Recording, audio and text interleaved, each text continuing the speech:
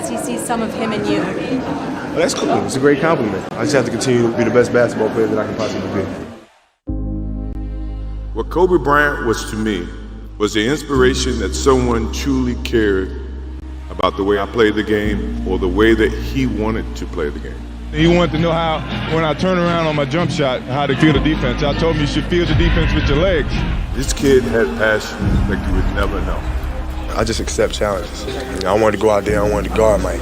That's the best thing about the game of basketball, that you answer new challenges day in and day out. Kobe has the chance to be what Michael is in this league. You're looking at the present and the future right there. Kobe! Oh, Kobe Bryant, sensational for the win. Bang! Wow! Five of them. Everyone always wanted to talk about the comparisons between he and I. I just wanted to talk about Kobe. Little advice from the master. The truth of the matter is, he's helped me out a great deal. I reached out to him, he'd hit me right back. He'd give me advice straight from his heart. I wanted to be the best big brother that I could be. That speech at Kobe's memorial service, just iconic. The Naismith Memorial Basketball Hall of Fame. This class will go down as one of the most special in the long history of the Hoop Hall. The late Kobe Bryant, Tim Duncan, Kevin Garnett, Tamika Catchings, Coach Rudy Tomjanovich headline that class. They will be enshrined over the weekend in Springfield, Massachusetts. And Matt, I don't even know where to start because this history with Kobe is so deep and so rich and touched both of us so personally. What do you think it would have meant to Kobe to be able to follow this through and be up there this weekend with those guys? I think it was the final step. You know what I mean? He always spoke to sitting at the table with MJ. I need 6 rings. I need 6 rings. He was never able to get that, but he was able to grab himself an Oscar and a couple other things outside of basketball. But I kind of think this was kind of the final stamp on one of the greatest careers we've ever seen. You know, someone who literally rode the ship until the ship sunk, you know, in a time where he started where, you know, stars were supposed to stay, but by the time his career ended, stars were jumping around, and Kobe could have definitely jumped that ship because it was sinking fast and possibly got that 6th ring, but he wanted to stay loyal to the Lakers, to Jeannie, and to this fan base, and he did that. So, I mean, just looking at this and hearing him talk, it just still obviously doesn't seem real. And I know the one thing we were all looking forward to during this moment was him speaking at the ceremony, because, you know, it would have been strategic, you know, it would have been creative, witty. Yes. He would have talked a little bit of trash, but, you know, just a tough situation to swallow overall. Yeah, I agree with you, man. And I mean, one of the greatest competitors of all time, having those battles with Kobe, you know, when I was with the Celtics and just going against him and just having those different moments where he was talking noise. But, you know, Kobe has an interesting story, right? He went from being loved to hated to being loved again to, like, you know, and he was Mr. Adversity, right? When adversity struck, he embraced it with open arms. And I'm just, you know, like, him getting inducted to the Hall of Fame is a beautiful thing, but I'm just like so amazed at how the Mamba mentality is in Vanessa Bryant, right? Like she lost her better half in a way that she continues to carry on Kobe legacy, like being able to go speak at the Hall of Fame, how strong she is, like on social media and with her daughters and things of that nature. It's all just, you know, it's sad and it makes you sad, but at the same time, it's like, wow, this woman is real powerful and real strong. There's no question. I mean, losing a child and losing your lifetime partner, I don't think anyone would blame her if we never saw her publicly speak again. And instead, she has been so strong on behalf of those other little girls and protecting Kobe's legacy. It's funny, you talk about his evolution, loved, hated, loved. One of the things that I loved the most about Kobe was that he was never finished. He knew that nobody else was ever finished. He absolutely did things in his life that he wished he could take back or do differently. And he kept going and he kept changing and he kept trying to improve. And I think that was such a lesson, honestly, a life lesson to me as I watched him go through and do all of these things, especially after he retired. And we saw those clips of Michael speaking at his memorial service.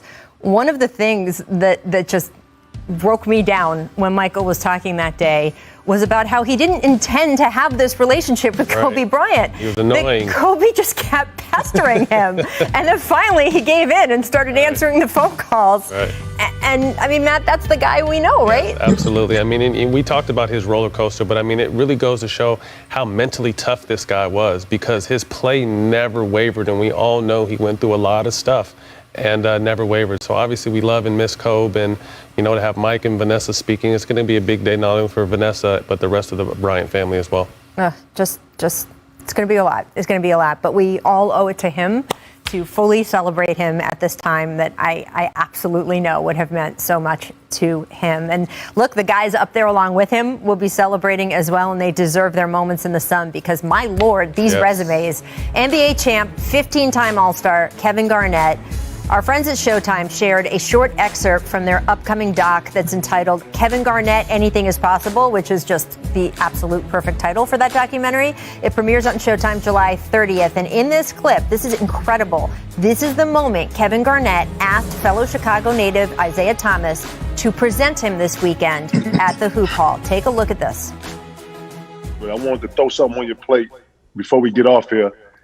This is my first time going through any of this Hall of Fame stuff. And they asked me, if I could choose someone to present me or bring me out or whatever. And I was like, what do you mean? He's like, well, someone from, the fraternity that you, obviously value and respect.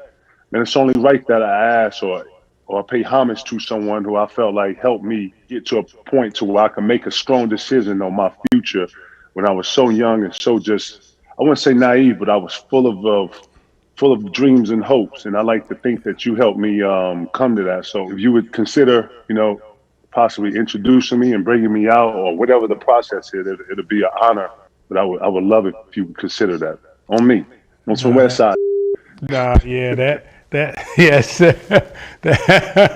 Twice across the heart, baby. You already know, baby. Absolutely. You already know. Yes. Just, again, where you came from, who you were then, and what you've grown up to be, you have fulfilled all of our dreams. Right. Everything, again, that we hoped that you could be. I would be honored to stand on the stage next to you and let the basketball world and the community just see Kevin Garnett. That's what's up. Zeke, I appreciate that, man.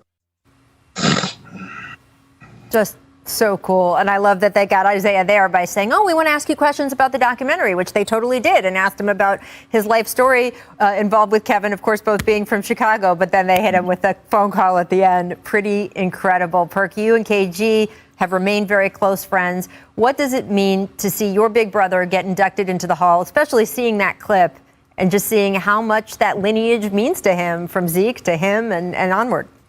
Well, one thing, Rachel, is that KG means the world to me. I mean, when I talk about a big homie, a big brother, he's at the top. He's number one on my list for as my everyday, my ride or die. And when you think about KG, people see him on the court as this fierce competitor, this noise talker, but outside of basketball, he is one of the best individuals, most loyal individuals to be around that I've ever been around in my life. And it's just, it motivates me to even do better in life, knowing what he did on the court to prepare every single day to go out there and compete. Because a lot of people don't know the hard work that KG put in. It's only one thing that he didn't accomplish in his career, and that was getting the finals MVP. Everything else, he has all the accolades. To me, he's one of the most, if not the most skilled power forward to ever play the game. I think Anthony Davis is on his heels, but as of right now, he's cemented, and I'm just happy for my brother KG as well.